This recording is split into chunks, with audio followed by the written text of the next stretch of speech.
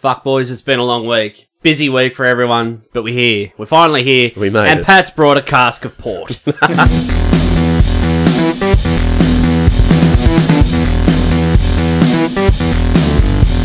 Hello, everyone, and welcome to the Bearded Geeks, the weekly go-bag of topics covering movies, comics, video games, and TV. My name is JX, I'm the Beard Master. With me today, my co-host, Bobby Baxter, and Port Master, Patrick Brown. G'day, boys. You're back full of energy by the sound of it this week. Yeah, I just take it back to those heights. I was just inspired by that song we just listened to, So Much Glory! Yeah. That was a good song. Yeah. What was that? You're not going to put... Is that part of your beer? No, that was just a track I found that I thought Pat might enjoy. So I just put it in my watch list so I didn't forget about it. But yeah, I've got my song picked for today. Nice. But yeah.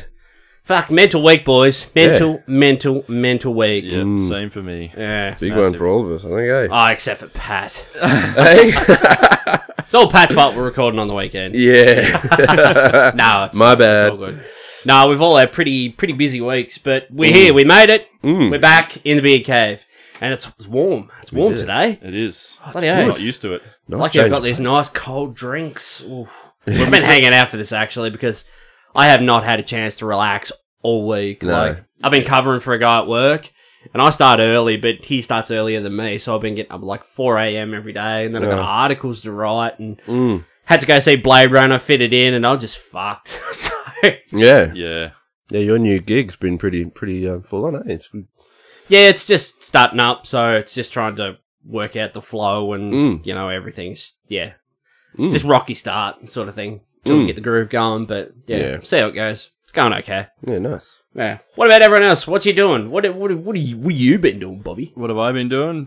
Usual full-time work, and I started Inktober this week. Yeah. Just to, like, make life extra hard on myself. Yeah, boy. But you've got a theme. I do, because I didn't do it last year, but I did it 2 years ago, and I got about 4 or 5 days into the first round, and I was like, you just kind of run out of ideas and run out of what to do. So I was like, this time around, I'm going to grab a theme and stick to it and, you know, make a loose list up for myself at the start, jiggle around depending on the day of like what I feel like drawing and that kind of thing. But yeah, that's good. Yeah. So I went with Nickelodeon cartoons, not fucking Warner Brothers or bloody Cartoon Network, Patrick. I sent him a text yesterday and I was like, oh, you're going to do Johnny Bravo? And he's like, heresy.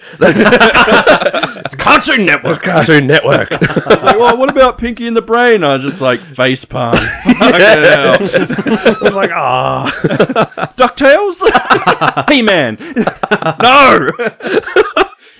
Now, Pat, you said 2 weeks ago you were going to do it Inktober. How's that going? Yeah, how's your Inktober going, Patrick? Yeah, not well at all. How's all your Game of Thrones characters you've been doing? What is it, the 7th today? You should have 7 in the bag. I don't know why I thought I would have had time, but I just don't have the time. Work's too busy, and you know, any moment I get, I'm like nearly there, and I'm like, oh, I could probably do a sketch, but it's like 10 o'clock at night, and I should probably go to bed because I get up and start work at like 9 again. So you got a bloody kid too. Like Mason, I was around your house earlier today, and Mason and I were out in the backyard, and Pat was doing his manly duties about the yard, and I was just watching him. Walking around and kicking things. Kicking things. Cooking. Spotting. Nah, the whippersnipper out. I was like, oh, the whippersnipper, bro! I felt like the Terminator with his minigun. I was like, oh, this is awesome. Take that, grass. Yeah. No, I was walking around with the backyard, and Mason was coming up to me. He's like, trying to take my hand. He's like, walk. Yeah. You know, there's a helicopter flying around. He's like, look, it's big. And I'm like, yeah, it's big. He's like, come over here. And I'm like, I can see it from here, mate. That's what it's like. And then I turned to Pat, and I was like, how do you do it? All the time. How do you do it? Yeah, it's tricky, but a bit of teamwork with the Lyra, and you know, that allows me the time I need. But yeah, bloody, it's full on having a child. That's where Inktober kind of get. I really wanted to do it, and I was going to do Game of Thrones theme for the entire month, but no, don't think it's going to happen. You know, it's not too late, really. I mean, I don't have to do all 30 days, do I? I mean, what if I at least throw one or two in? The idea is, but in reality, most artists don't. Like, every day, yeah. I mean, well, the first year that I did it, I started waning off towards the end, or missing a couple of days. Yep. And what I did was just go, okay, I just said, you know, shit's getting busy. And I just said, I'm going to persevere, though, because I didn't want to, like, in my Instagram feed, it's got like, I ended up doing like letters of the alphabet. And I didn't want to get to like U or something like that and then just cut off and not, never finish it. So I was like, I'm going to fucking stick with it. Just bear with me. And it wasn't till like December that year that I got the last picture done. But then it was almost like freedom. I was like, yes, I can draw fucking anything I like now. Yeah. And it was good to get it done as well. People kept following along. So yeah. That was a bloody good effort. Yeah. I don't know how you keep so dedicated. It's been a really hard week this week trying to get back into it because I haven't drawn that much outside of work for a long time now. Must be a bit of fun too, hey? Like, just being able to do something on your own terms like that. Just yeah. I think towards the end of this month, I'm probably going to get pretty sick of fan art stuff and go back to my own. Because even just a week in now, I'm sort of like watching other Inktober artists, and you're like, oh man. I just kind of want to draw a dragon. Or, like, come on, Nickelodeon, where's your dragons? Now, we had someone say on Facebook the other day, because there's a Nickelodeon Ninja Turtle series. Are you going to do any Ninja Turtles?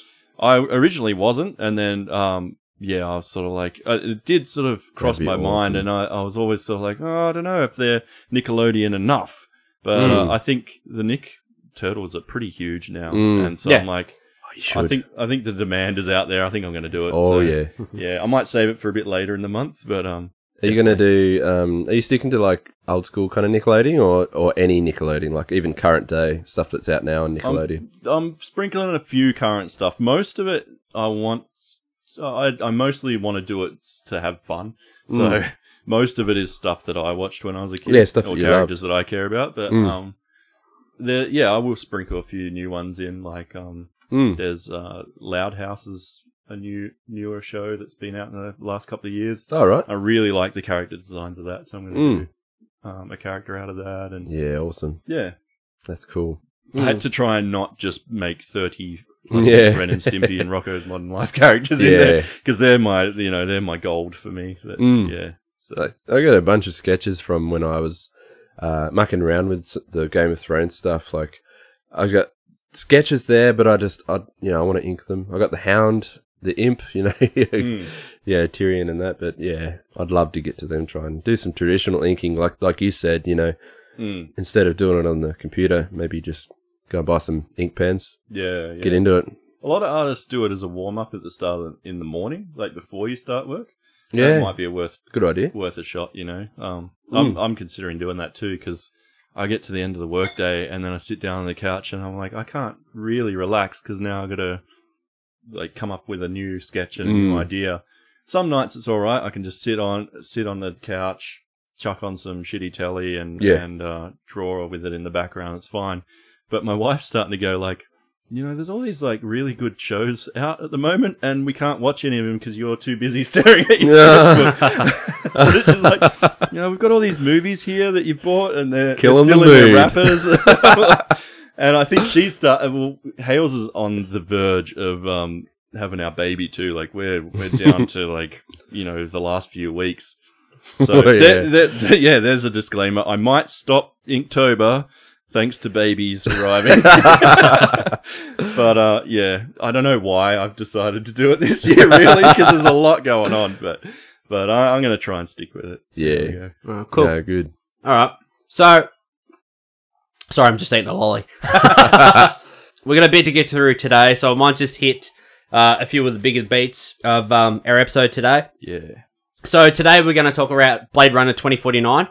I saw it. Pat saw it last night in 3D. I'm a bit jealous, but Bobby hasn't seen it. Nope. Bobby doesn't want to hear anything about it. So what's going to happen is when we get to Blade Runner, we're going to pause it. Bobby's going to duck out of the room to play Battlefield. And we probably won't Blade Runner. If I'm on a winning streak, I might not come back. And then when we're done, he'll come back in and we'll finish off the show. Yeah. But also, this is our 23rd episode. In 2 weeks, we're going to have our 25th episode spectacular. If anybody's got any ideas of topics, bloody send them in. Send them in.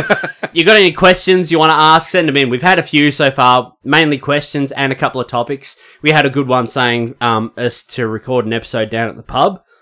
Ooh. Which I've been thinking about it. I've been thinking about it.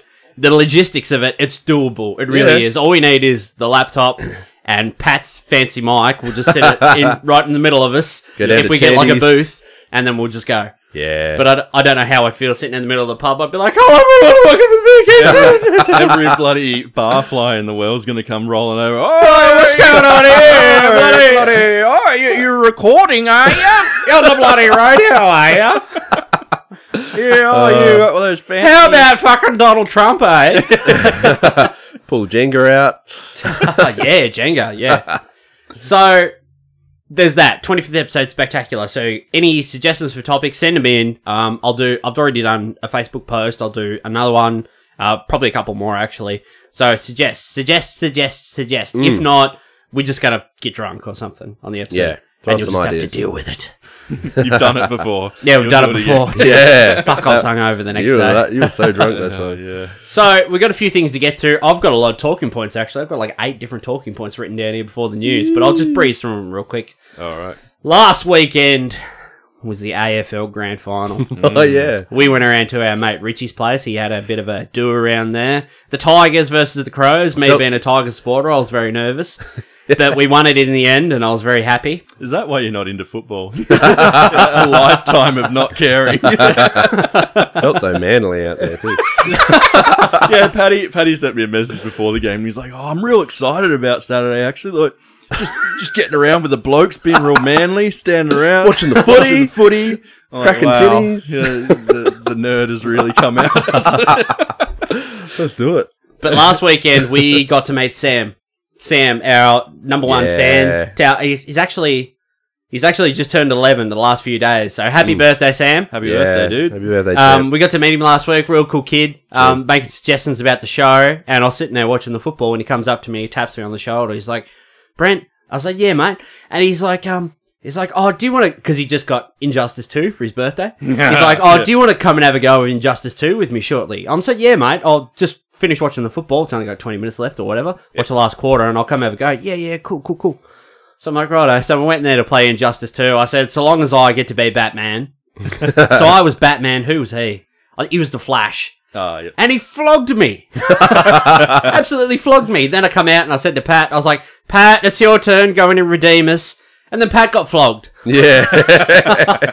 So Sam, I got slaughtered. if I was wearing a hat, I'd take it off to you, mate. You beat me fair and square. But there will be a rematch one day. I chickened out. I was just like, "Dude, I'm the worst fighting games person. You don't even want to try." And then we had the highlight of the night. Richie, again, tried to jump off the roof of his garage. I tore the ass out of his jeans. Last time, all right, we'll back up a bit. The last time he did that, he sliced his finger right open. This was at On the guttering, yeah. my house.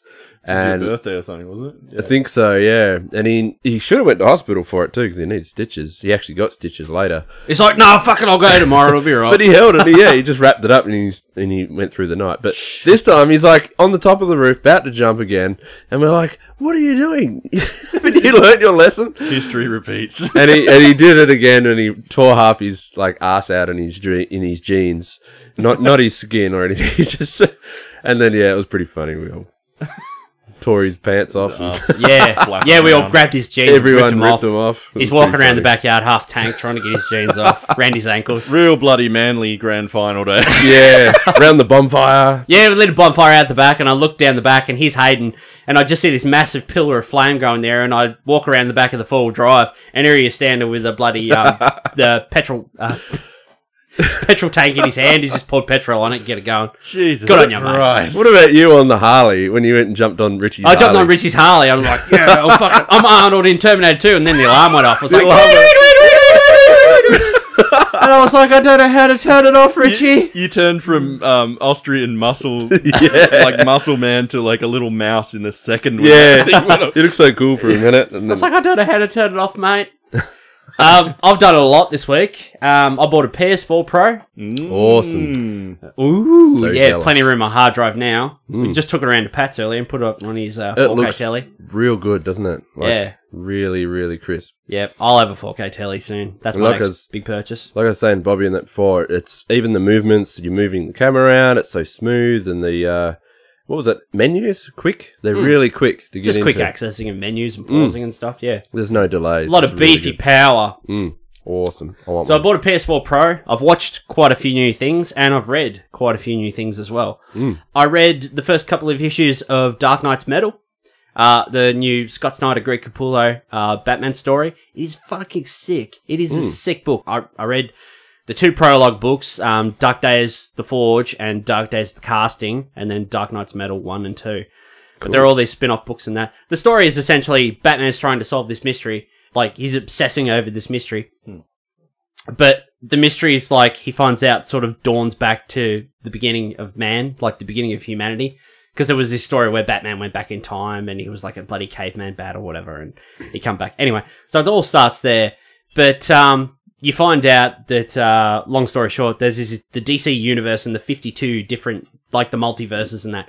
But then they find out that there's like this dark multiverse, they call it. And there are all these, like, mirror, like, evil Batmen, Dark Knights, they call them. They're all, like, these mirrored Batmen. So there's, like, and they have individual, like, spin-off books. So there's, like, it's like Batman and the Flash, like, merged together. And he's called, The Red Death. And it was kind of like, and in this dark multiverse, it's sort of like all these different, like, infinite, like, universes. Not infinite, but, like, you know, like Batman, like, sort of became the Flash, like all these dark, like, horrible things that happened. And then there's like a Joker, like, crossed with Batman, and it looks like something out of Hellraiser. And he's got like all these like twisted Robins, like on chains. They're like feral dogs, like all these Robin kids and that, and they're like attacking and eating people. It's really cool, really awesome books. If you like comics and you like Batman, pick up those books. They are awesome. That's crazy. And I watched the Atari Game Over documentary on Netflix about E.T. Oh, Yeah, the E.T. game. Well, they're sort of like, E.T. is the worst game ever, but it wasn't. Like, it was just this documentary about the making, sort of this game and the beginnings of Atari and what happened where Atari went bust because of E.T. Like, the guy that designed the game, like, he was on the documentary, and he said, like, back in the day, when they were designing games, like cartridges and stuff, they said we had about 5 to 6 months to build a game. We had the rights for E.T., and the studio and like Steven Spielberg and they came to me and they said, we need this game in 5 weeks for Christmas. No. So he like day and night, like he worked on this game and built this E.T. game, and it was out in 5 weeks, and it didn't sell. Well, it did sell, but then people were like returning it. And yeah, it was like one of the many nails in the coffin for Atari. But they had made like a lot of bad decisions and that along the way. And there was like this urban legend that all the ET cartridges, like all the returns and all the extra stock in that they had, were buried in this landfill.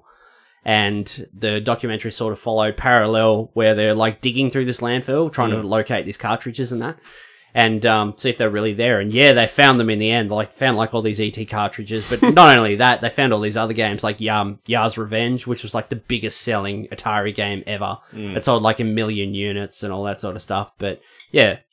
Yeah, I watched that one a couple of years ago too. It was really good. Yeah, it's not a bad little documentary. Yeah. Interesting to hear about how they ran things at Atari too in that time. They're all they're all just like doing drugs. and- Stoners and shit. Yeah. It's a good documentary. It only goes for just over an hour. Yeah, it's pretty good. I did a couple other things this week. I might skip over it and save it for next week though, because we've got a little bit to go over. But I watched Transformers The Last Night this week.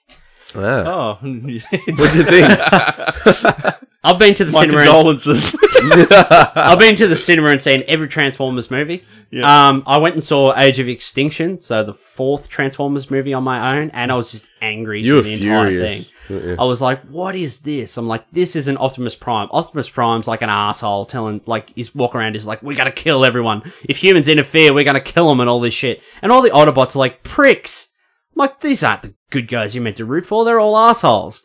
Anyway, and that movie went for like 3 hours. So I bought this. Why did you keep doing it? Why do you keep going back to the cinema? Transformers, man. I love them. I love them. I'm a completionist They'll as just well. keep making the shit though. If I know. You keep paying for it. I know. But one day they're going to do it right. Anyway, so I watched this movie and I actually liked it more than the last one. It's shorter. It's by no means a masterpiece. There's some really like stupid decisions, like really sort of like childish decisions made. Yep. Like to begin with, like it sets it up. The beginning of the movie, it's like this flashback. It's like King Arthur and whatever, and there's like this big army, like battle, like gladiator style thing.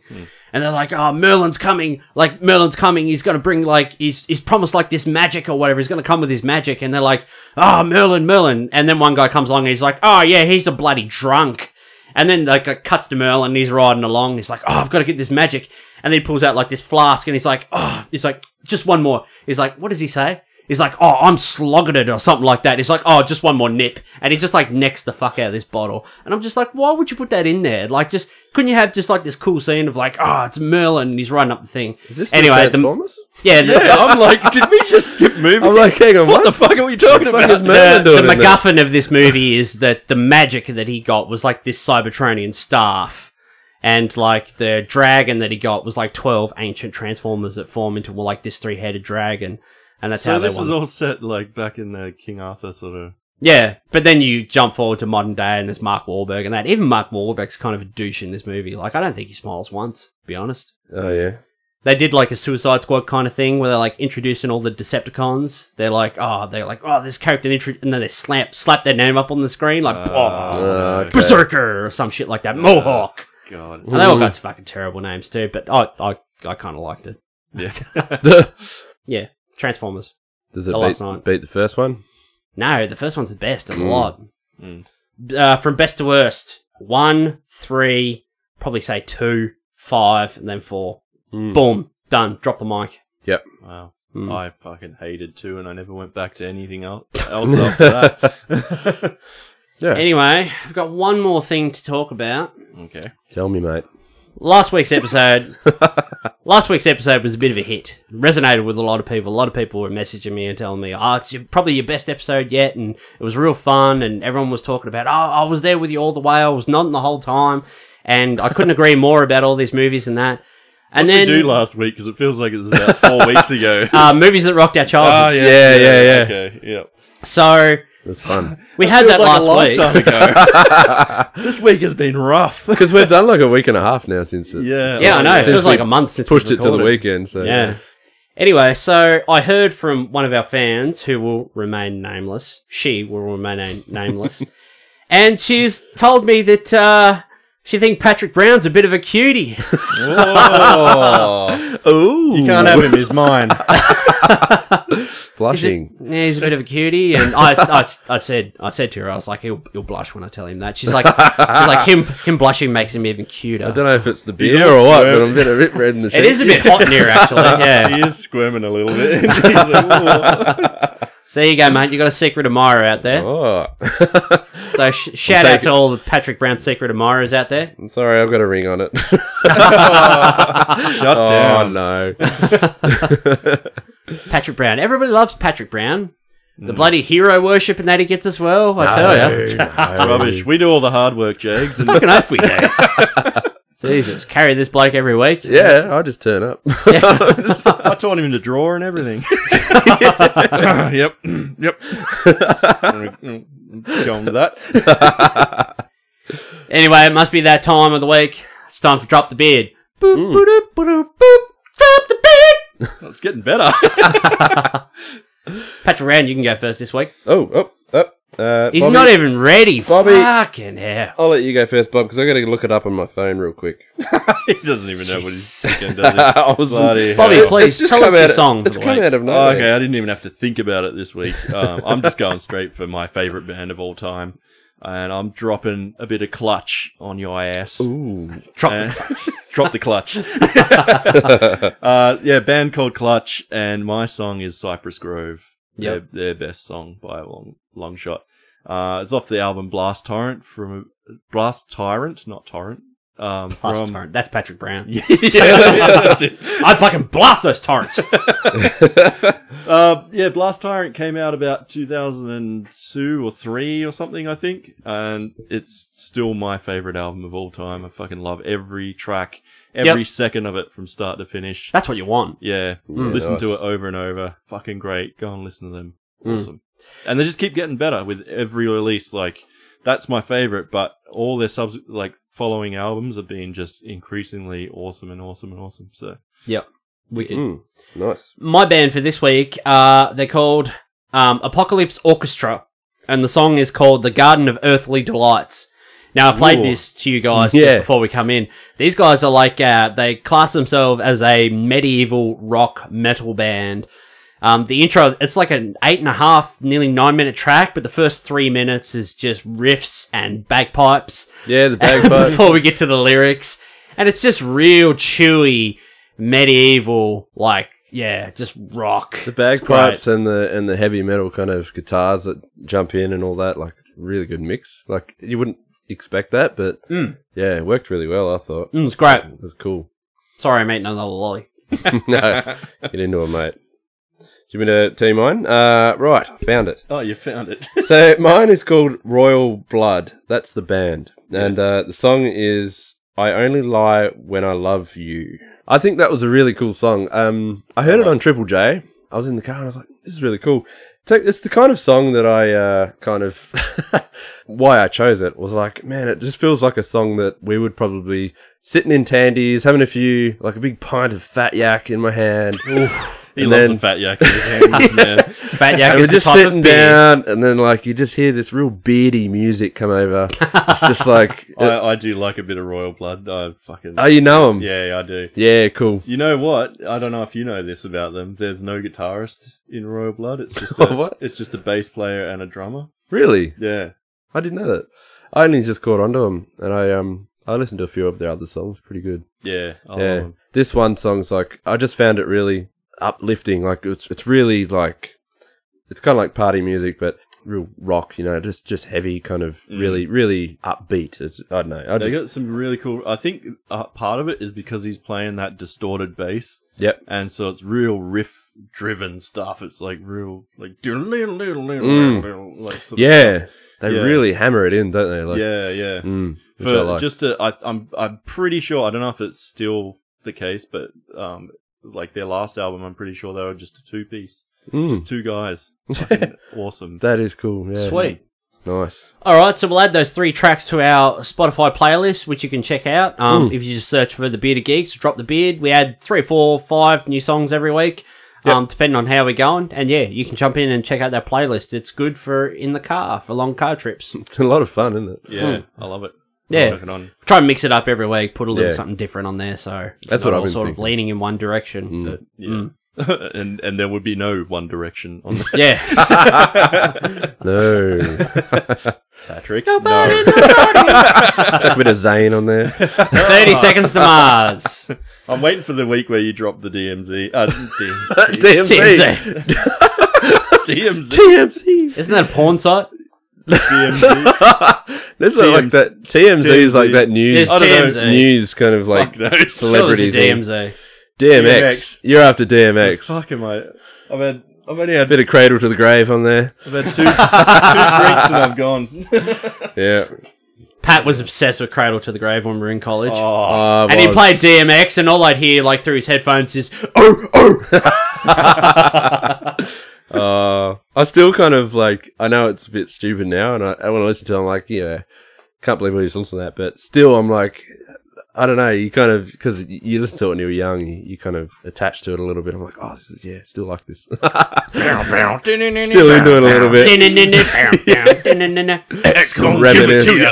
He gonna give it to you. I love it. I thought it was awesome. I know you do, mate. I know you do. Now, forgot this, but before we come in to record today, Bob and I stopped at eBay Games and we did a bit of shopping, and we both brought one of the Mystery Minis boxes. I got an X-Men box, and Bobby got a Star Wars box with little vinyl bobblehead figures. They're like sort of like a random pick. So we're going to do an unboxing right now on the show. Oh, yeah, really cool looking name. So I'm going to see who I get. I kind of want Cyclops. You better get Chewie. I want to see Chewie. I'm going to see who I get. Yeah, Greedo. I'll swap you if you get him. No. Oh, what's happening? You know, I'm going to unbox my fucking alien figure that I got too. Just to feel included. I went and got a pop vinyl, and I got the alien from Covenant. The face hugger. What have I got? Oh, it's in a black bag. God damn it. Anticipation's killing me. Oh, what's happening? I've got... Hang on. Ooh. I've got... Oh, What have you got? I got a self-portrait. Oh, Chewie! You got Chewie, yes! I got an Emma Frost. Is that a letdown, or...? Yeah, not who I was after. I wanted Cyclops. I knew I shouldn't have just went with the one I already had. Well, I got a face hugger, so... Yeah, that's pretty cool. What'd you get, Chewie? Oh, get fucked. Yeah. That is really good. I like good. that chewy. Not as awesome as my My Chewbacca. I wife got a like that too. How does She did marry a Chewbacca after. do it? Do a chewy impersonation.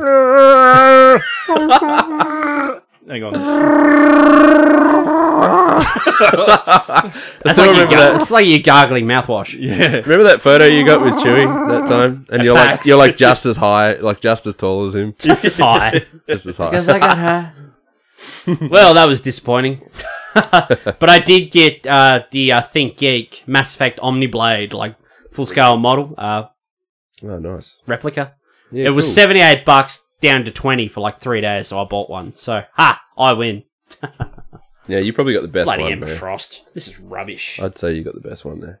Yeah. Chewy. These X-Men well. ones are like. There's some really cool ones in there. I fucking want that Wolverine. Sabretooth looks pretty He cool looks too. cool. Look at that. They had Simpsons Oh, one in nice. there, guys. They had a Treehouse of Horror and like 25th anniversary Simpsons ones, but these ones we got were $10 each, but the Simpsons ones were $23 each. I was like, Yeah. fuck off. Same size too. Like $23. even if I could see them, I don't think I'd pay Oh. $20 for that. Like, Yeah. I'd pay 10. No way. But Man, you probably for- got the most boring one out of them all. Yeah, I fucking oath I did. All of the other ones are so cool. if you're buying a mystery thing, and say you wanted to collect them, you buy 5 of those. That's $100 right there for, Yeah. for your bloody 4 nearly. You know, I was For your the Simpsons. collector in me. I was in the supermarket the other week. The collector in you, the Yowie man, Yeah, the Yowie man. the collect- Yowie whisperer. I was in the aisle and I was looking down and I saw those Ushies. You know those.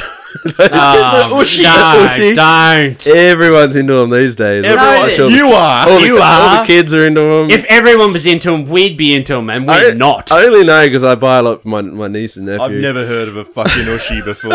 They're Everyone's like into little squishy kind of figures that you can put on the end of your pencil, and then they use them at school and stuff.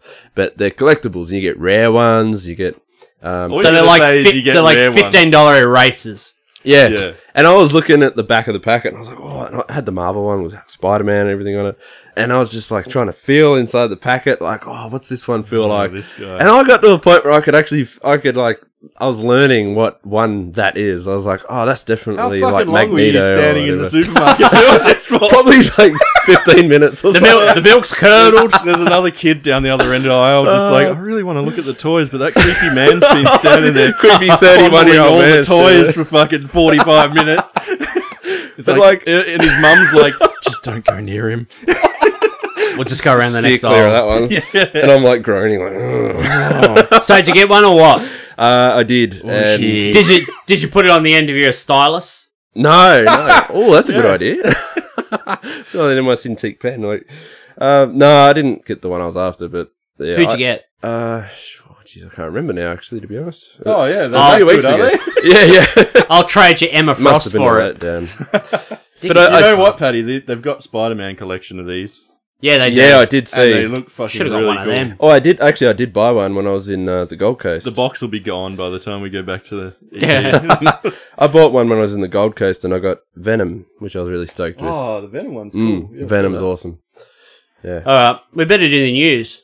Oh, shit, we haven't even done the news. Bloody hell. I've only got 3 bits of news. Is Keep it that short. all? What about Red Dead? Tell me you got the Red Dead trailer in there. I haven't, but now I have 4 things. We should talk Shit, I about forgot that. all about it. We should talk about that. Last week we spoke about the Red Dead 2 trailer. It feels like a month ago. Fuck. Red Dead 2 trailer dropped.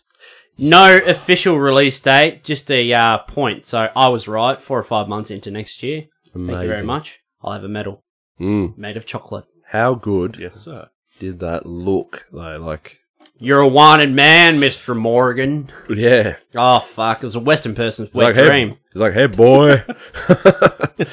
Yeah, he looks good. How does it go? Arthur Morgan. You owe us some money, boy? Yeah, that's it. I've seen your name in our ledger. That's it. That's it. Straight Straight out of the trailer. With his southern accent. How fucking good does that game look? I think that's half the reason I got the Pro. And the Yeah. other half of the reason will be when I get the 4K TV. Yeah, yeah. I was like analyzing that trailer for a few days, just trying to figure out what's what. And yeah. I love those Western accents. I was just thinking about, because I was fucking around with the Kiwi accent before we started here. And I just thought of Had me a in tears. Kiwi Red Dead called Rid Did. Oh, seen your Lydia boy.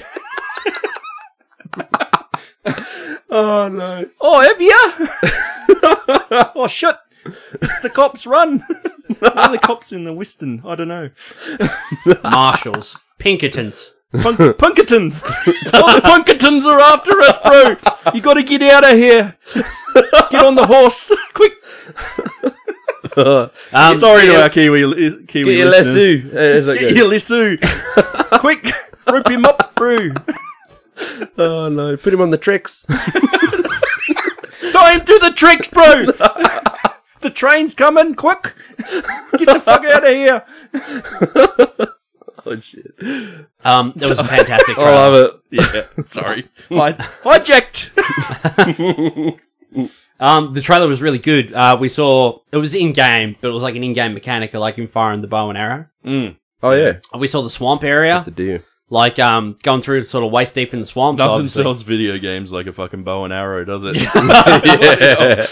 That alligator jumping out was amazing. And it got the boar or whatever. Yeah, that was great. What else was there? Oh, the bit where they jump onto the train. It's obviously a prequel because Dutch is in it, Dutch van der Linde, and his gang and stuff. I think it's based probably 15 or so years before Red Dead or something like that, because Dutch looks a little younger, but not heaps younger. He could have been a 20-year-old or so, but he still looks like he's in his mid-30s or 40 even. Yeah. So I reckon it's only... in Red Dead, he's like got grey hairs and everything. You know, he's yeah. I think it looks fantastic. Yeah. Like, through and through. Amazing. I just want it now. I do. I need it. I don't know what else to say. It's been such a long week. I was still like looking at that guy. There's the younger guy, like quarter way through the trailer. I still think he looks exactly like John Marston, but younger version. But it couldn't be because he's too young. Apparently, he's like way too young. What the story might be is that Dutch's gang is being chased across the map. So he sort of started at the bottom of the map. Because he says in the trailer, he's like, they chased us through the west, they chased us over the mountains. Yeah. So through the west, like, sort of, the Armadillo main map area. Yep. Over the mountains, like tall trees and all the mountains and everything beyond. So apparently the story is that Dutch's gang is being chased by the Pinkertons, like across the map. Okay. And as you go, you recruit people to your gang as you go, including John Marston, maybe. And, yeah. Surely I want it. I want it now. Yeah, sure. Taking a week off work when it comes out. Fuck it. You know, we're definitely going to come across John at some point. I mean, it's same. You know, it's got the same gang he was in and stuff. So yeah, he'll come by. Definitely. Red Dead. 2 thumbs up. It's not even out yet. Red Dead. Yeah. Red Dead. Red Dead out in New Zealand next year. Okay. So, James Cameron just started work. Shut up. Jesus Christ. Oh, it's a lot of work for you guys. You guys are a lot of work. I tell you. I love a good Kiwi accent. James Cameron's just started work on his Avatar sequels. Oh, Avatar! I'll leave it. I could go all day. Apparently, like, all 4 sequels are expected to cost over $1 billion to make. Oh. And they're not shooting them sort of one at a time. They're not shooting 2, and then 3, and then 4, and then whatever. They're shooting, I've got a quote here from James Cameron. James Cameron says, "It's not back-to-back, it's really all one big production. It's more the way you would shoot a miniseries, so we'll be shooting across all Avatar scripts simultaneously. So Monday I might be doing a scene from movie 4, and Tuesday I'm doing a scene from movie 1. We're working across essentially 8 hours of story. It's going to be a big challenge to keep it all fixed in our minds. Wow. Exactly where we are, across that story arc at any given point. It's going to be probably the most challenging thing I've ever done. I'm sure the actors will be challenged by that as well. It's like, no, this person hasn't died yet, so you're still in this phase of your life. It's a saga. It's like doing all 3 Godfather films at the same time. That's fucking... Wow. 4 films at once. Why would you do it? I don't know, man. Probably a good idea. Then they've got it all there ready, you know. Yeah, and but if why anything wouldn't you happens, just do it chronologically? Like, fuck. Well, he's probably thinking how old is James Cameron now? He's probably 60, 70. I'd be in his mid-50s, probably. Oh, is that all? Yeah. I was going to say, I thought he was just trying to make age. sure that they're all in. Yeah. But who the fuck really cares about Avatar anymore? Only Patrick Brown. Oh, what? Do you guys... Nah. Come on, mate. Admit it. You love it. By the time You this love next it. movie came out, it would have been like 10 or 11 years. You'll be in the cinema. Unless this You'll be is sitting something... next to me in the cinema. Don't Unless lie. this is something absolutely groundbreaking and new, no one's going to care. That's just you, mate. I think everyone's going to care. Too long between sequels. So each movie he reckons is going to cost $1 billion. Is that what he? No, all up over all $1 billion. Okay, yeah. So that's okay. $250 million each, let's say. Yeah. Mm. Well, that's not really outside of the realms of a big Hollywood. I mean, that's on the higher end of a big budget movie, but I mean, a lot of animated features cost fucking upwards of another 100 or 200,000 from that. So, or million, I should say. Not Yeah, I remember. And James Cameron, he's like, I can't think of a movie that he's done that I don't like. Like, I think he's going to do a top job of all of them. Titanic. That's a great movie. That is a great True movie. Lies. Yeah, True Lies is good. True Yeah. Lies is good. I'm just waiting to see if he remembers it. What's wrong with you? The Terminator. Oh, I love that movie. Don't lie. Not as much as Genesis. The new Pacific Rim Uprising trailer just landed today, and we all watched it. I've watched it a couple of times. What do you think? I'm excited to see it, but I feel like you guys were saying, like, Patty, you were in love with the visuals. Whereas good. I was, on the other hand, I kind of liked the darker nighttime stuff for the first one. Guillermo. Yeah. I found a really nice change of pace to see. From what I saw in the trailer, it looks like most of the movie is going to be filmed like that. It was, like I said to you guys, I found it very lit. It was very... That is so lit. very Yeah. Oh, wow. You're down with the kids speak, aren't you? as in more of, like, He's vibrant. been hanging around the kids' toys in the supermarket. Yeah. This Spider-Man's lit. No, like LA midday, kind of like very it's shot in the daytime. It's Bright, sunny. blue, and it's very everything's just very it's lit well. That's what I should have said. And I just found that very kind of a good change of pace because I'm used to big monster mash movies like that where they're like fighting and stuff. They're real grim and dark, and at night time, or they're clashing between that kind of. So it's kind of like a nice change of pace. Yeah. Yeah. I liked it. I Big felt robots I smashing thought it was each a other. little video gamey looking, I think, but that could be just early Viz stuff as well. I don't know. You mean like a bit fake, a bit too? Just a bit too much CG, like just too obviously CG. I don't know if it was just because it's so crisp, like it needs a bit of grain on there or something. I thought it to, looked like, subtle great it compared back. to the first film, but there were a lot of like raining scenes, and the robots were all wet and shiny in the night, Yeah, like neon signs and that bouncing, like I neon loved all light that in bouncing the off first them. one. Yeah, It does look like- because that feels like a Tokyo anime sort of Yeah. thing, like that.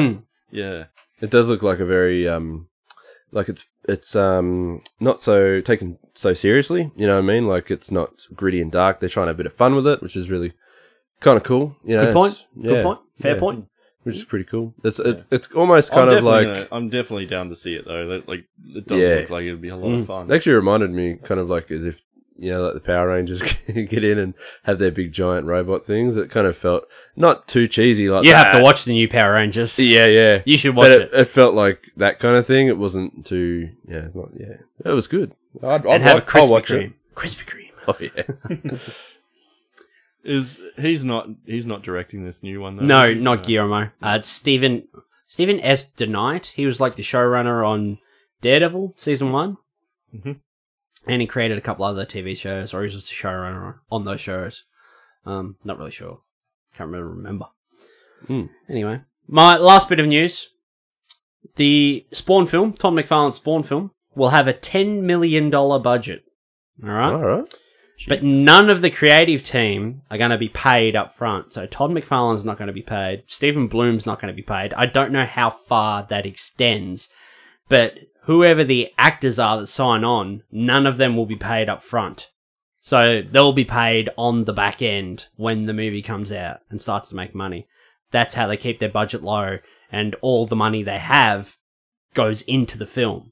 So I'm guessing that's not how most things are done. Is that right? Like, No, not really. Like, a lot of times, back in the day and stuff, like... As a freelancer, I would never take that job. I would never take that job. Because I've been offered that job before, and fuck no. It's like, you'll be paid when, like... I had that too once. We're developing an app, and we can't pay you now, but we're going to have to take like 6 months to a year to make it with us.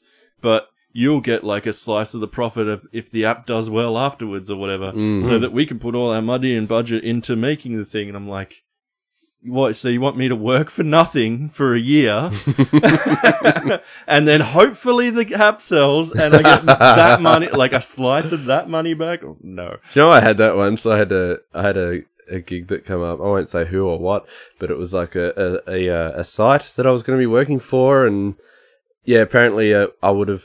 They're like, oh, you know, you do all this work, do all the art and everything for it, and they were going to call me the creative director and everything, and then a couple of years later, you know, you'll get paid at the end. That's when all the money will come in once it's done, and then, you know, you'd probably be looking at $100,000-$200,000 a year or something like that. Probably. I'm like, oh, Jesus. And I was like, oh.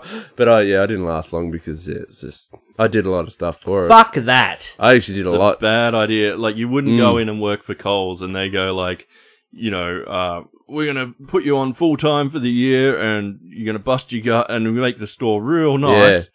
And if we sell enough boxes of shapes throughout the year, you'll get a portion of those shapes money. Yeah. Fuck that. Fuck that. So I don't know how they, like, this Spawn thing, I mean... Well, Stephen Bloom, they asked Stephen Bloom about it. He's like, I'm not being paid. Todd's not being paid. Like, this movie's been in the making for, like, a long time. People have wanted this. And Todd said, like, if we make the money... The movie in 97, if we make the movie... the first weekend that it made that weekend, in today's money, that's $40 million. So, like, everyone's going to get paid. Everyone's going to be happy. But there are no guarantees in life. But Stephen Bloom pretty much just turned around and said, he's like, what are these actors going to fucking care? They're all rich anyway. So, who's going to care about getting paid? Well, everybody's going to get paid. No work for free. Hey! Just had to beep that out. Hey. Dropping bombs like Kim Jong-un. Kim Jong-un, bro.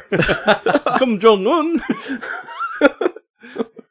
Okay, I think that's it. That's the end of the news. So we might go into our Blade Runner 2049 talk. I saw... Hey! Hang on. Okay. I don't want to hear it. I'm laying the foundation. Okay, alright. And then this happened. Fucking hell. I'm tense. I'm going to get out of this room quick. Settle down. Mate. I've got your best interests in mind. Just settle down. Patty doesn't. he wants to spoil the shit out of us. You better hurry. Look at him. Alright, settle down. Alright. So, Blade Runner 2049's out. It's probably one of my most anticipated films of the year. After the first trailer came out a few months ago, I called it and I'm like, this is going to be my film of the year. It's going to be my favourite film of the year. I won't say whether it is or not. Pat and I have both seen it. I saw it in 2D. Pat saw it in 3D. Bob hasn't seen it. Bob doesn't want to hear anything about it. He wants to go in. He doesn't want to be like Patrick Brown and read every review and then get excited because everyone said it's good. Yeah, no, I don't do that. I just look at the numbers. I just look at the numbers. Yeah. It gives me a rough idea. He messaged me 9.7265 that fucking IGN gave it or something. I still would have went if it was like a 6 out of 10, maybe. Maybe. No, you wouldn't. So what we're going to do now is we're just going to go away for a sec. Bob's going to leave the room. He's going to go play some video games and we'll talk about the film and then Bob will come back and we'll wrap up the show. I'm going to invert all your control. Fuck off. Don't touch my controls. I have to. I'm an invert. All right. We'll be RB. And we're back. Hey. Now, so we haven't done a spoiler review for a while, actually. So what we're going to do is we'll do non-spoilers first, and then we'll do spoilers after that. And I'll tag it all in the info below if you haven't seen the movie, so you can skip over this entire section. Okay. So, like I said, Pat and I saw Blade Runner. We saw it both at very different times, so we probably have different opinions on it. I might just breeze over the story just real quick. Yep. Just the sort of general story. Go for it. The movie is set in 2049, 30 years after the first Blade Runner. It centers around a new Blade Runner agent, Agent K, played by Ryan Gosling. And his job is to hunt down older replicants. Replicants are they're pretty much machines. They're like sort of manufactured sort of synthetic humans that were created for sort of slave labor and sort of dirty jobs off-world, sort of doing all humanity's sort of dirty work. And his job as a Blade Runner is to, inverted commas, retire replicants. In other words, kill them. So he's sort of hunting down these older model replicants, and he's retiring them. But he stumbles across a bit of a mystery, which sort of goes off into the story of this film. I won't say any more. Pat, we're in super non-spoiler territory here, so I think what we're going to do is, I don't know if I have too much to say about the film. I will start by saying that the film is, it's an experience. It really is. It's something that you have to just sit there and watch and take in and experience, because that's what it really is. It's an absolutely beautiful film. It is a dead set masterclass in filmmaking. Denis Villeneuve, probably one of the greatest directors working today. Prisoners, Enemy, Sicario, Arrival, all these great films. When I heard he was going to direct Blade Runner 2049, fuck, I was excited. I was really excited. I was like, this movie is going to be great. Yeah, it is an experience. It's something you should see on the big screen. Pat, I think, we'll just... You're on point. We'll just conversate. We'll conversate back and forward, mate. We'll just talk about it, because you've got some things you sort of need clearing up. Because you said to me, you said that to me when you saw it, because you saw it first. You saw it before me. I saw it on the Thursday. Pat saw it the Friday night. And you said to me, like, you just have to experience it. It is such a visually just amazing, and I took visually that on board. Arresting. Yeah, and I totally agree. Like, I saw it the day after, and I was the same. I was just walked out. Yep, that was it's unlike anything that I've seen before, really, at all. It has its own vibe about it. It's got its own kind of tone. The setting, it's just, even the city, the environment, everything about it is just an experience, like you said. It's really, it grabs you. It really touches you in some way. I think we might go back. We might go back to, we're talking a bit lower here because Bob's just out there playing video games. I don't want to talk too loud. I don't want him to hear anything. So we might go back to Blade Runner, and we'll talk about the first film. Yeah. Now, I've seen the first film quite a few times. I'd honestly say I haven't seen every cut, but my favourite cut is the final cut, Ridley's sort of definitive cut, and that is one of my favourites. Pat, you sort of only watched the first film recently, as someone who's sort of heard of it and like seen all the shots and everything that everyone does in their life, as they go. What did you think of the first film? The first movie, well, I saw it, like you said, I only saw it like a few weeks back, only because I knew the new one was coming out, and I was like, look, I've never really watched the first one. So I got through it, and there was actually some moments I thought, I feel like I have watched this movie. Maybe I watched it way, way back, but just totally forgot about it. But watching it now as an adult, it just, I could really soak into it, understand it, and complete it, and just try and get my head around it. For me, give me your honest thoughts on it, though. Let's talk honesty. All right, honesty. For the movie, all right, for the first one, I don't know if it's because I've watched it now. I think if I watched it in the 90s or whatever, when it was around, I probably would have appreciated it a lot more. But now, when I watched it, look, don't get me wrong, the city, everything around it, the setting, they did a top job for the time of that movie. 1982, the film came out. 82. And they pulled it off. It actually dates really well in that way. Like, you look at the environment, the setting, everything, and they pulled it off. They nailed it. I don't think there was anything else like it around that time. There have been a million copycats since. Like, we wouldn't have... Animes were based off it, weren't they? Yeah, we wouldn't have Ghost in the Shell. We wouldn't have sort of... Even Akira. We wouldn't have The Matrix without Blade Runner. Exactly. So hats off to it for that. And I think that was absolutely amazing. And that alone was a great experience for me. But honestly, for me, watching it now, my opinion was mostly... I think it was a very long and very dragging movie for me. I don't know. It was slow.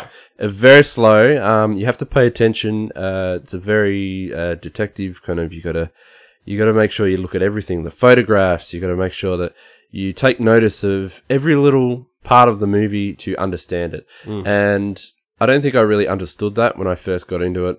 So that's where I drifted a little. I think I was trying. My mindset was probably expecting something else. So my first watch was just like a little bit of a miss for me because I wasn't expecting that. And I'd probably say if I watched it another time, I'd probably, especially after I've watched the second one, I would actually be paying a lot more attention to the details and actually appreciating a lot more as a movie.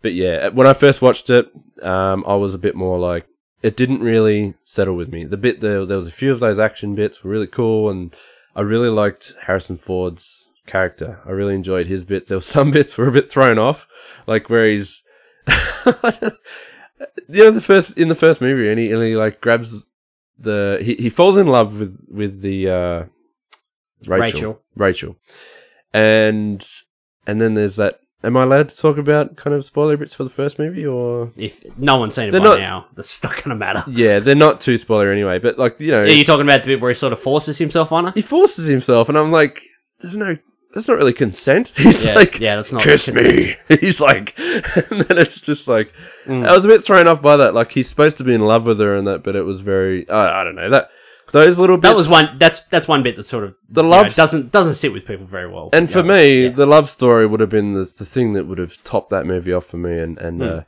he was too forceful. It didn't feel like it was both ways. It was a bit of a turnaround for the character. Like it didn't really sort of sit well. Yeah, but anyway, that's my opinion. Yeah. The thing about Blade Runner is like I love Blade Runner like through and through. I am a big fan of detective stories, and I love film noir, and that's what Blade Runner is. It is film noir. It is a movie that it has a story, but the story really takes a backseat to the atmosphere of the film. So the setting, being in Los Angeles, like this place, like these advertisements, the spinners flying by, you've got like the pillars of flame like shooting out of like the bloody smokestacks or whatever they are. It's really sort of drenched this world, like building this world like was done. It was perfect, and like nothing's like has beaten it since, maybe until now. But yeah, it is a movie that, you know, atmosphere really comes first, and it is a film noir. It's a very quiet film. It's a very intelligent film. It's very it's almost very meditative. Meditate. It's a very meditative film, whatever that word is. But yeah, it's something you really have to pay attention to. There's there's not a lot of, there is dialogue, but it's not sort of drenched in dialogue. But yeah, it's really about the characters coming into these settings, and the story is there, and the story is great, but the story isn't as, it's not as driven like as, you know, probably like should be. I'm not saying that it should be, but like the atmosphere sort of takes sort of precedence to the story. Like the way it's set up is a lot different to other films. It's a lot unique in its own way, isn't it? But through and through, it is film noir. It is a detective story. Yeah. And that's where Blade Runner 2049, it's like taking what's happened in Blade Runner and sort of like, okay, people always had a problem with the story. It was too slow, or it was too boring, or it was this or that.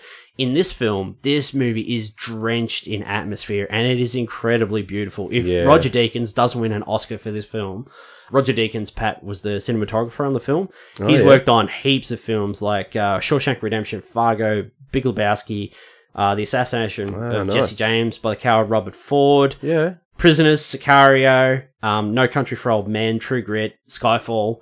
Like, all these movies, like, he's been nominated for Oscars, like, 13 times and never won. He was, like, the visual consultant. He was the visual consultant on WALL-E, How to Train Your Dragon, and Rango. So just, like, thinking of those, like, three animated films. He's going to have to get one for this, like, for sure. This is absolutely stunning. This film is absolutely beautiful. Like, you could watch the entire movie and, like, screenshot, like, any scene and put it up on your wall. Yeah, it's like that good. Yeah, exactly. It was beautiful. It's great. Absolutely beautiful. But yeah, this film, it really is like, they've taken into account like the issues that maybe some people may have had with the first film, and they're like and it is, you know, it is a different time in that as well. So the story is just as important as the atmosphere in this film. Like, the story moves along. Like, whether a lot of people sort of understand it, like, you still have to pay attention. And it is a long film, 2 hours and 43 minutes. It's nearly a 3-hour film. And like you said, so make sure you go to the toilet before you sit down to watch it. And yeah, exactly like you said. And for me, at my point of view, As I said with the first one, and I found that very slow, and I think that was more of a 90s or 80s, an 80s thing, I should say.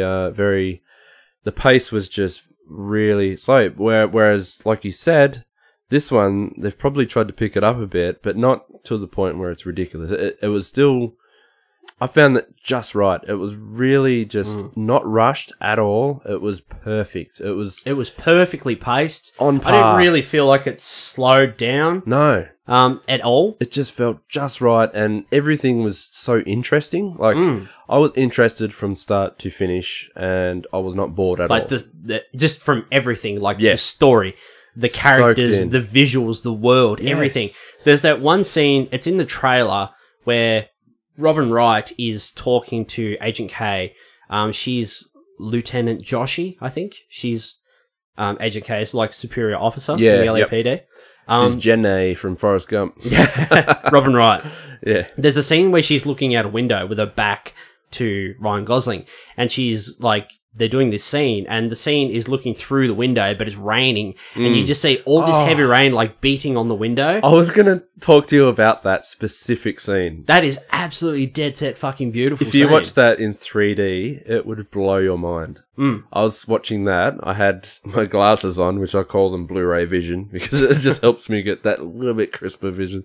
And I had the 3D on it over the top, and I was like, that scene alone, it's set apart for me for the entire movie. I was going to talk to you about that alone. That scene, amazing. Just that scene with the water. It's like they're out of focus, and you're looking through the window, and the rain is just trickling down.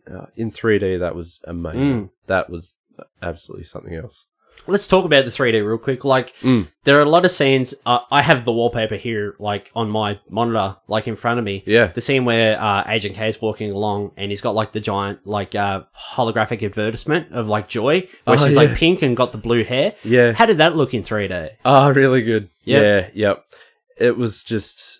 3D was definitely a payoff, because it's worth it.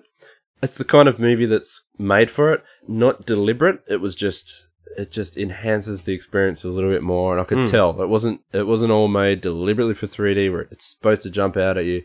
It's just subtle. It's just nice. It makes you feel like you're in it. So, there's a couple other scenes I want to ask you about the 3D, but I think I might save that for the spoiler section. Yeah, sure. Yep. I have to say though, like, I will say it now, this is my favorite film of the year. Like, I really want to watch this again in 3D before it, like, leaves the cinema. You predicted it then. Yeah. Yeah. This movie is absolutely beautiful. And I will say this is probably one of the greatest sequels ever made. Like, added to that list. Yeah. Like, I totally agree with that. And it's not only for the fact that it's just such a great film overall. I think the thing that tops it off is the fact that, I mean, you got to think about it. There's no real other movie out there like it where, Harrison Ford alone, from the original, and he's aged, like, in real time. He's aged. This is like, the space between this movie is like, this and the first movie is 35 years. And it's real time in the movie. They've spaced it 35 years, haven't they, or so? And he is the age he is now. And like, to put that in a film, he's captured on there for years to come. These movies side by side are now turned into just something unique, because it's the same actor, it's real, it's authentic. You know, he's actually aged. It's not just some prosthetic over his face. Like, it's real. This is, I think that's amazing. And I appreciate it so much that, you know. One of the big things about sequels and that, people get worried about sequels, and myself included, is that taking a first film that's really successful and you want to make a sequel, where a lot of filmmakers and studios get stuck, is they pretty much just rehash the first film over again. You know, give it a bigger budget, give it spiffier effects or whatever, and pretty much just do the same thing again. This movie doesn't. This really feels like the story has, we'll say, sort of matured or, like, grown sort of organically. Exactly. Like, it's not sort of just retreading the first film. Like, it sort of takes into account everything that's happened in the first film, but it feels like this is 30 years after the first film, like, in this one, like, in the sequel Way compared to the original, is 30 years. And it feels like 30 years has passed. Yep. Like, the times have changed. There are newer machines. There are newer model replicants, you know? And it just feels like, it's really a great sequel. Like, because the first film was a lot more it's like about Terminator. Like, Terminator and Terminator 2. Those films are both very different, but the story has, like, organically changed. They almost have two different meanings. The first film, like Blade Runner, the first one would be more. You think about it in that era as well. It'll be alongside. It still has that tone, but you think of it more as like it's just about hunting replicants. It's more of a on the hunt. It's just like killing. You have to like kill he's hunting off all down these these things. 4 replicants. Yeah, And it makes it more of a kind of a blokey film or a whatever, it's a bit of a thriller still. But then this one comes along, it's still the same kind of setting, everything about it, but this one's deep. It's like it has a lot of meaning. It's just amazing in every way. It's so much more on every level. One thing I loved about this movie is that you watch a film that has a film score. In this, probably like 90% of the film, or probably 85% of the film, the film score is still playing in the background of scenes, like scenes with dialogue. There are some scenes that don't have any score or any music playing. There are quite a few of those. But a lot of time, like, I was watching a scene with dialogue, and then I realised, like, the score, the music is still playing, like, over the top of the scene. Yeah. And it just went, like, so far. It just, like, really sort of reinforced that tone, sort of the film. How intense and that universe. Is that like... I really want that soundtrack. It's Hans Zimmer. Hans Zimmer. Yeah, that main tune that they have, man, that is intense. Like, it just... I don't know how to describe it, but... There was some old stuff there over you sampled from the first film, so that Vangelis did from the first soundtrack from the first film. It comes over you in waves. It's this such kind of intense, but it's very dark kind of waves that come over you. Very Absolutely gritty kind of really cool. I don't know. Do you want to go into spoilers? Let's do it. Yeah, I reckon. All right. Well, before we go into spoilers, we'll do it different. So if people want to stop listening here because they haven't seen the film, what would you give it out of 5? Me? I would give it 4 out of 5. Yeah, I would normally break my rule and give it like a 4.75 out of 5 or like a 4.9, but I'm not going to do that. I'll give it a 5. I'll get 5 out of 5. Yeah, nice. Yep. I loved it. Nice. I loved every bit about this movie. Yeah. There was 1 or 2 little things, but I can forgive those. The one thing I think was Jared Leto. I can sort of forgive his character. Yeah. Yeah. We'll go into spoilers. All right. Agent K, it turns out, is a replicant himself. And he's a replicant who works for the LAPD who hunts down older model replicants as well. This was sort of revealed like right at the beginning of the film, like pretty in the early first on. 10 to 15 minutes. It took me a little bit to kind of, because they didn't make it so clear at the start, and then about 20 minutes later, it just keeps making it clearer and clearer. And I was like, okay, he's a replicant, yep. And I was like, I don't know if I was a little disappointed or not, but I was kind of like, okay with it. Yeah, I was like, yeah, that's good. I settled with it. How did you feel about him being a replicant? I was kind of taken aback just for like a split second. Yep. I was like, oh, he's a replicant. You're telling us like 15, 20 minutes into the film. Yeah. Okay, that's obviously not one of the most important things. Okay, all right. Yep. I'll just put that in the back of my mind and I'll just keep going. All right. I was a bit the same. So there's going to be more to this. I was trying to understand it as I went. I don't really have too much spoilery stuff to say. I could go in and just play out the story sort of beat for beat, but I just want to bring up a few scenes and characters in the movie, and then I know there are a few things that you didn't sort of understand that you sort of have a couple of questions about. We'll go over those, but probably one of my favourite aspects of this film was Ana de Armas, who played Joy, the hologram, she's sort of like, she was absolutely incredible. How amazing was that? And some of her scenes, because she's like, Joy, think of it like Apple will turn around tomorrow and they release like a hologram girl Siri. called Joy. Yeah, like Siri. Like Siri is an actual hologram. Like she looks like everyone could buy a Siri. They all look the same, and you have it installed in your home. And when you come home, she sort of gets to know you and all this sort of stuff. But then Ryan buys what is it? It's just like a little like portable. It's like it's like how you bought the PS4 Pro. It's like a more enhanced version, and it's like a little portable unit. Like he downloads her to this unit that he carries around with him, so she can come with him when he's on the move. And there's this one scene, like it's probably about half hour, 35 minutes in, where he goes up to the roof, like out on this balcony area, like, and he's standing in the rain, and she walks out into the rain. All the scenes with her, she's like she's like tangible person. She's there, but you can tell she's hologram. She's sort of see-through as well. Yeah. And there's a scene where she walks out onto the balcony because she's never left the apartment, and she walks out into the balcony. So this is sort of an experience for her. And then like you see the rain sort of like falling, like hitting like her like hologram, like passing through her. Well, like at first, yeah. And then like the hologram sort of like it sort of like reads all the rain and everything in that, and then after a few seconds it sort of like buffers or whatever, and then like it appears like the rain's like landing on her skin and then just trickling off. It's like what a normal her person. skin renders it, and it's that's right. Yeah, it pretends that it's falling on her skin. Yeah, that's exactly right. Yeah. Even though it's not actually. That scene was fantastic. And there was really good. And there was another scene later on in the film with another like a prostitute.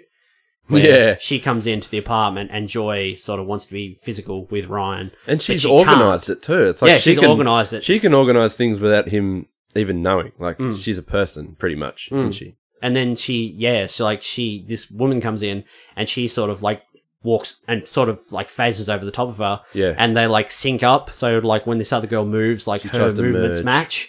And then, like, in the scene, like, the CG, like, passes between, like, Anna de Armas and the other girl, I forget her name, it's Mariette or something like that.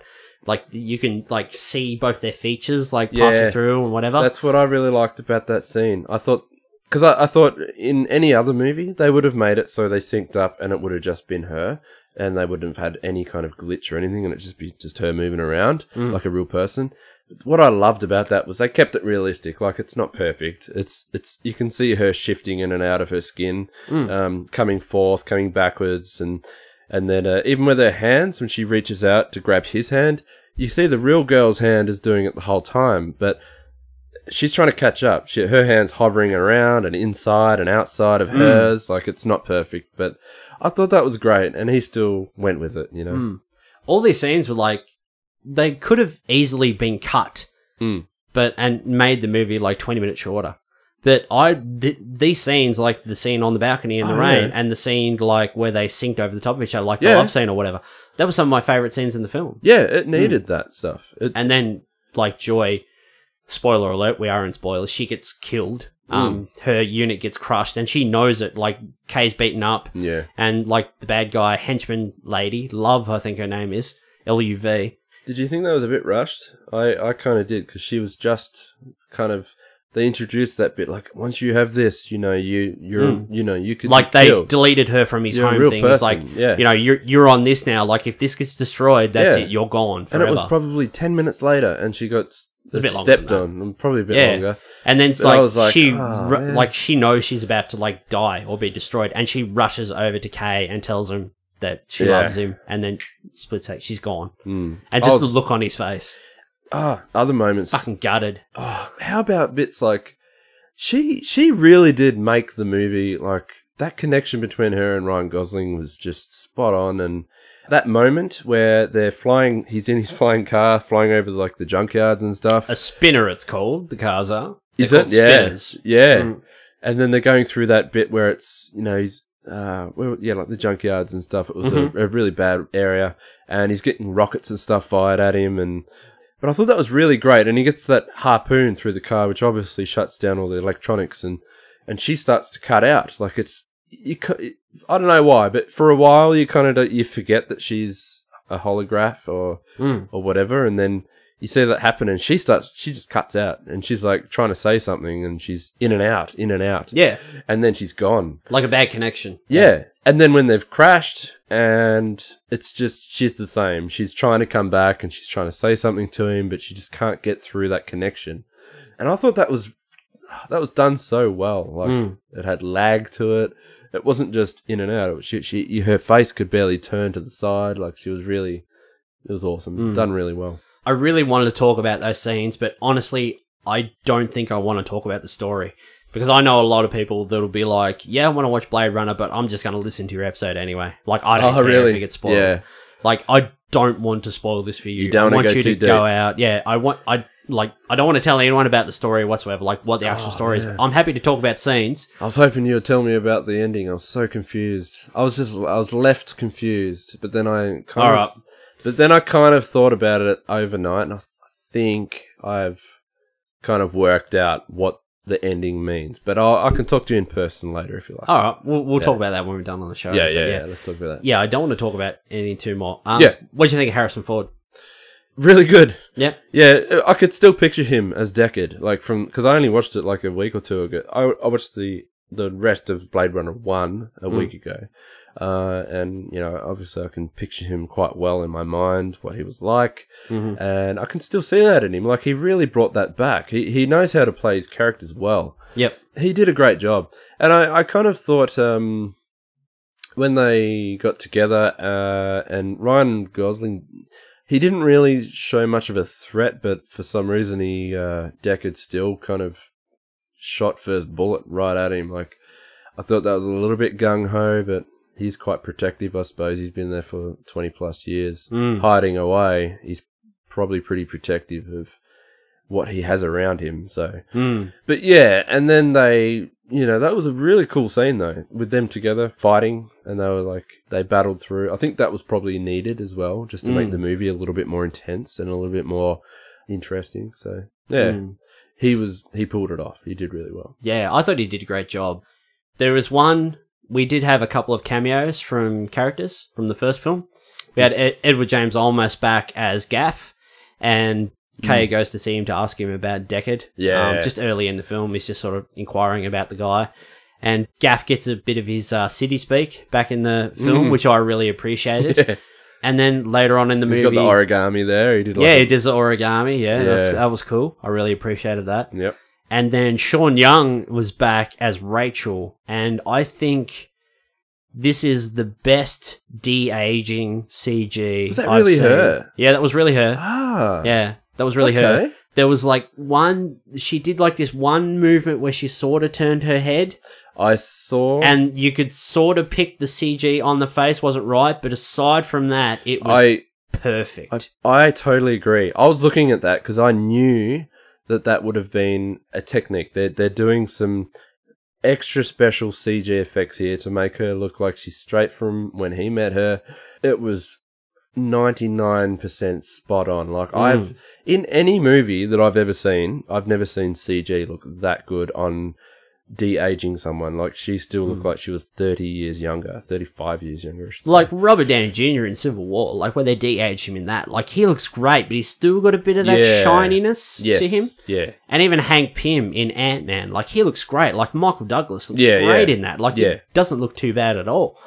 But this, like, in this scene, this one, 60, 90-second moment, the de-aging CG they used was perfect, except for one tiny little bit. I think there was one moment she just turns her head that way or so, like to the left or right, and you can you can't pick what it is, but you can tell it's fake. a CG thing. It's CG. Yeah.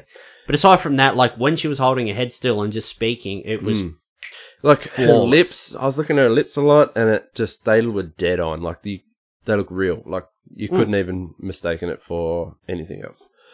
Really good. Surprising. It was actually surprising. I fucking love the shit out of this movie. Yeah. I really did. Look, like you said before, I don't know. I feel like I have to touch it again. It's just the feeling of that movie. And when he gets in those, what are they called? Flying cars? I don't know. Spinners. Even there was the one shot where it just swoops in and it's landing. It looks like it actually exists. It looks like a car. It doesn't look 3D. It doesn't look fake. I know in the first movie they probably used actual props to do that and had smoke coming out the bottom. But this one... They did. There's a scene where Gaff and Deckard get in the spinner and they go to take off and all the smoke comes out of the bottom and it's just on wires and they just raise it up. Yeah. But this... Oh, man... It looks spot on. How cool was Kay's spinner as well? Like his personal car. That was awesome. Yeah. Really good. So good. This is probably one of the most beautiful movies you'll ever see.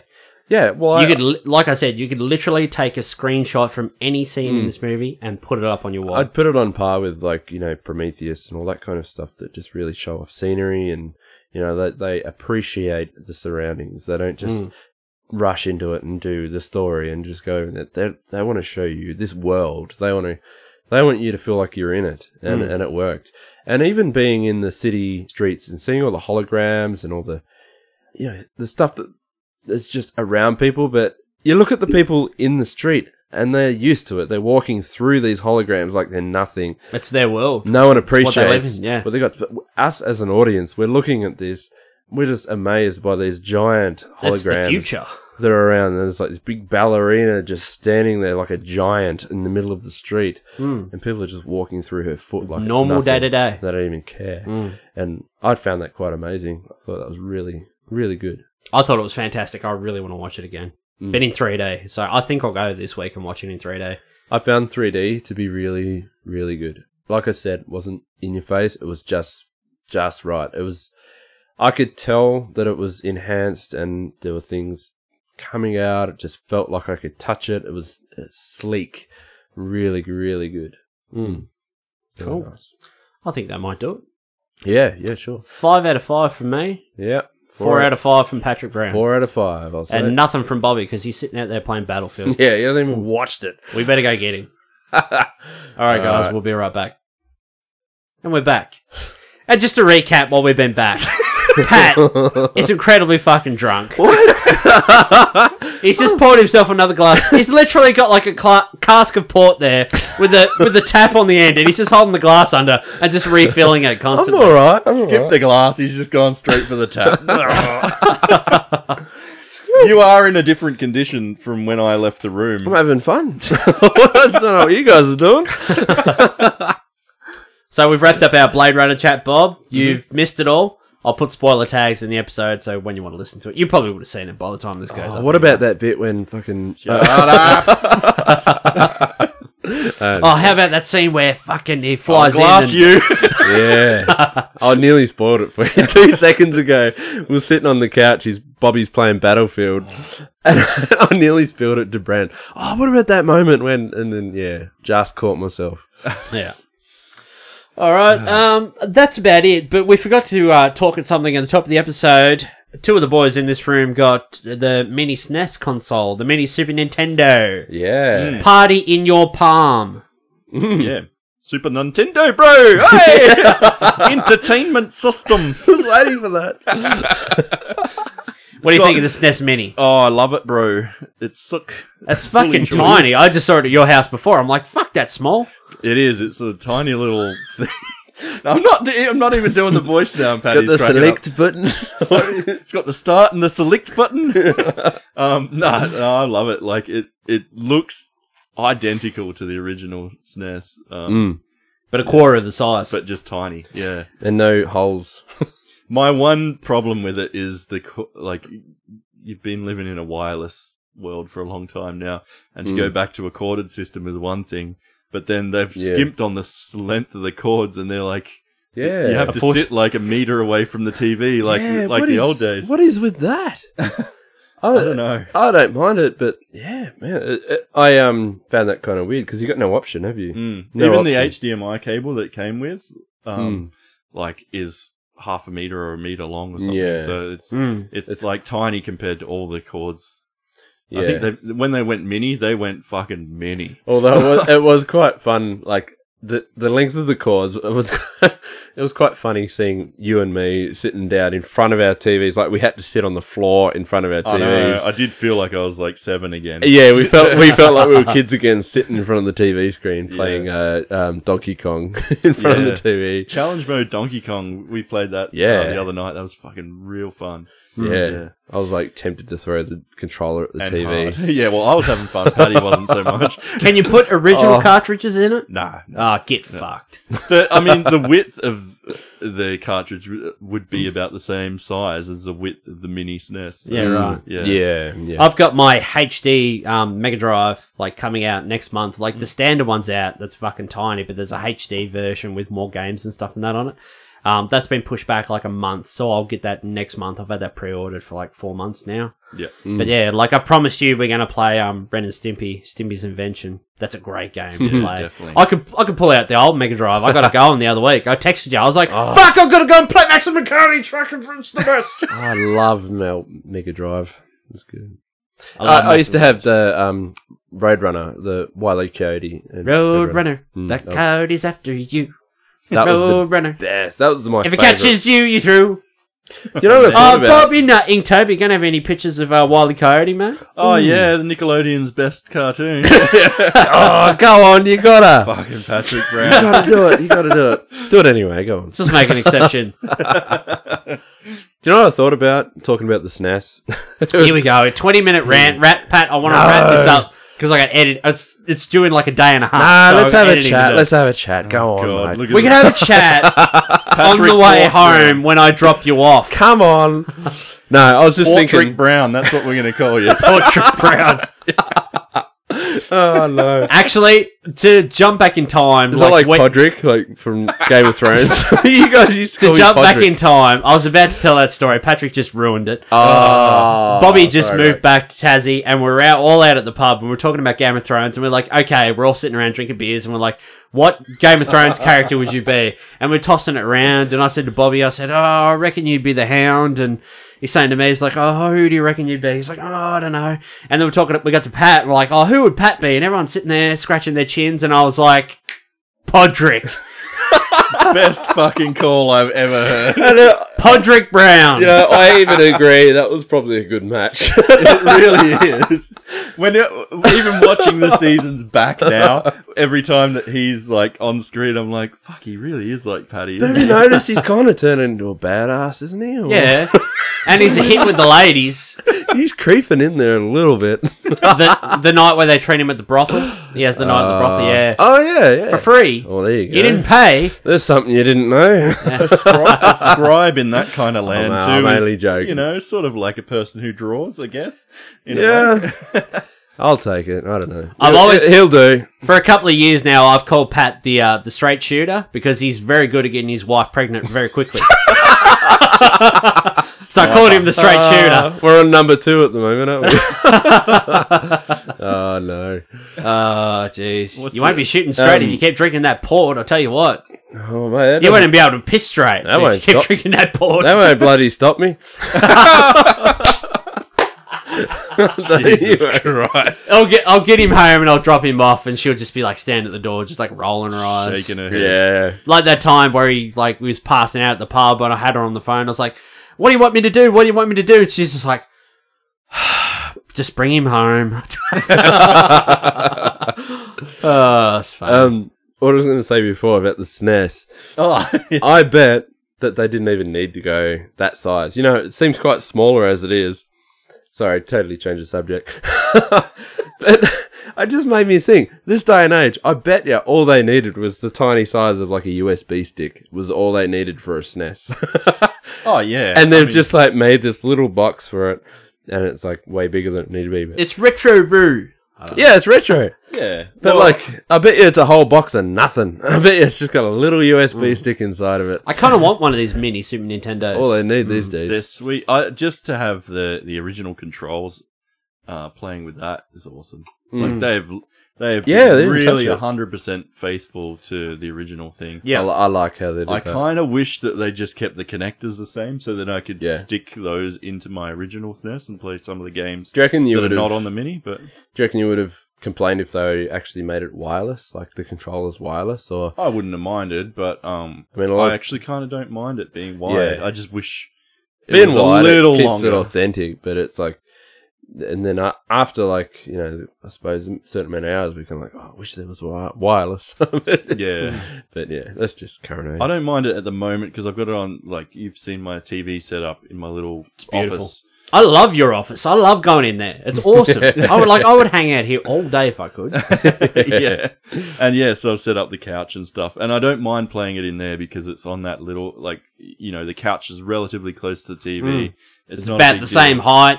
You're relatively close. Yeah. Have you got a See, name? I set it up in my lounge room first. Well, I was going to, and I sort of untangled the wires, and I went, "Fuck, this is never going to work." Like, because my big telly is like 55 inch, and it's on the other side of the room, kind of thing, from the couch. So, like, it just never reached, sort of thing. Have you got a name for your office? Oh, God. My office. You should have a name. No. We've got names for ours, haven't we? What do you call yours? Mine's the Pat Cave. Oh, that's right. Yeah, we haven't called it that for a while. Yeah. What does Marvel think about the Pat Cave? Huh? Well, I don't know. What do you call this one, mate? This is like It's the Beard Cave. the beard cave. Fucking hell, he is drunk. So am I just going to be the Bob Cave or The something? Bod cave. Yeah, there you go. That'll do it. All right, that's it. We're going to wrap it up. Pat just said that'll do it. So we're going to wrap it up. No, let's keep going. Let's keep going. Bob, if people want to find you online, where can they find you? If they want to look at all your Inktober pics, where can they go? This month in particular, go and check out my social media places like Instagram and Facebook at Bobby Baxter Cartoons. And I'm on Twitter as well, just Bobby Baxter on Twitter. I've seen you tweeting all your Inktober pics. Yeah, I don't actually use Twitter all that much, and I'm kind of using this month to sort of get it fired up and going and stuff. Mhm. So, yeah, getting some new followers on there, which is good. And bobbybaxter.com as well if you want to just check out my general stuff. Mhm. But yeah. Patrick Brown, can you slur your sites to everyone, or? Yeah. Portrick Brown. Patrick Brown Art. PodrickBrownArt.com. You could find me online. No, I'm just joking. Hang on, I've dropped my pop vinyl. Oh my god. Now I'm gagging. Oh, now he's choking. Now I'm choking on my own saliva. Okay, so PatrickBrownArt.com. That's my official website. You can find me on DeviantArt. Check out deviantart.com/Patrick Brown. Brent loves having to fucking edit this every week, this section. I'm going to tell give you everyone a secret. I'm going to tell everyone a secret.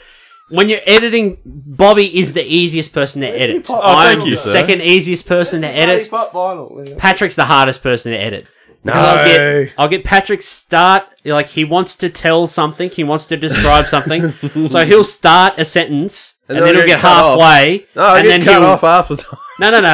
And then he'll talk over the top of everyone. Yeah. and then he'll restart the sentence a different way, and then he'll probably restart it again or chuck in an odd word there. So I just take this sort of 2.5 sentences and I cut out all the irrelevant bits, and then I can form it into one single sentence. Just go raw, mate. I've done that quite a few. Have you ever listened back to the show and go, "Oh, I sound really good there"? Yeah. That's Or you'd be me. like, That's me. I have picked up, yeah, because I know what I sound like. That's me. I do. I'm an arla. I'm not a very confident person. You're right, mate. It's fine. This is a non-hostile zone. The ladies think you're cute, so that's all Yeah, that that's all you got to worry about. You know? Oh, I'm blushing again. And it makes you even cuter. Ooh. Facebook.com/BeaterGeeksPod, at the Beater Geeks on Instagram, Buy a Beater Geeks t-shirt. Pod on Twitter. Search for the Beater Geeks on TeePublic. We're also on SoundCloud. We're on iTunes.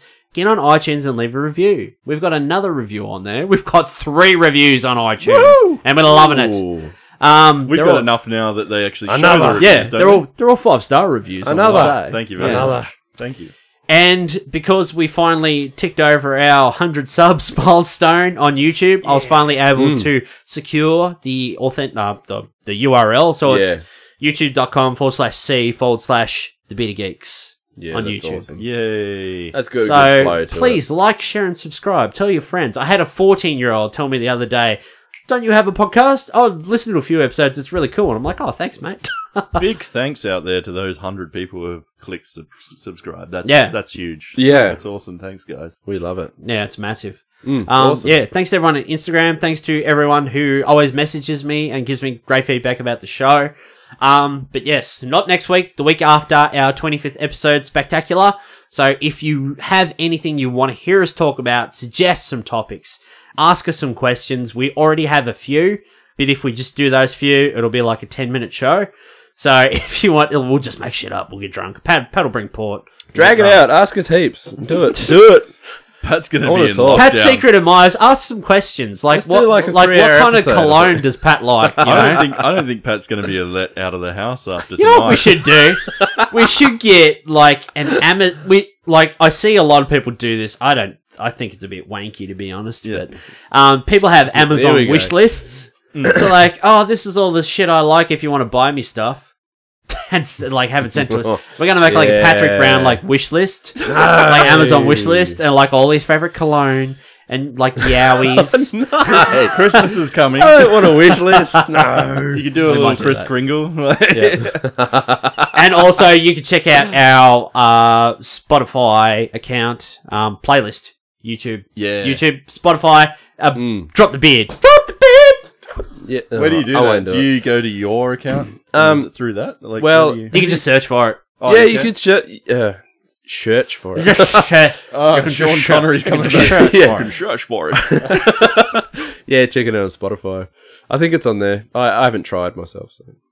All right, that's it. That's the end of the episode. Yep. Next Yay. week, I'm getting Middle-earth Shadow of War. It comes out on the Wednesday. We should be recording the Wednesday night. I'll be there right with you. So I might talk about that a little bit if I get to play it that afternoon, but we'll see. First impressions? I don't know what else we'll do. We're talking about a Simpsons episode. We want to do a Simpsons episode. Maybe we'll do that next week. Maybe not. Maybe we'll do that later in the next few weeks. I feel like I need some time to brush up on the. Yeah. on the Should have done a It's been Simpsons while. October. Inktober. You can. You haven't started yet. No, what we'll do is That'd be really fun, whatever episode will be next week. The week after that will be our 25th episode spectacular, and then the week after that will be a Halloween episode.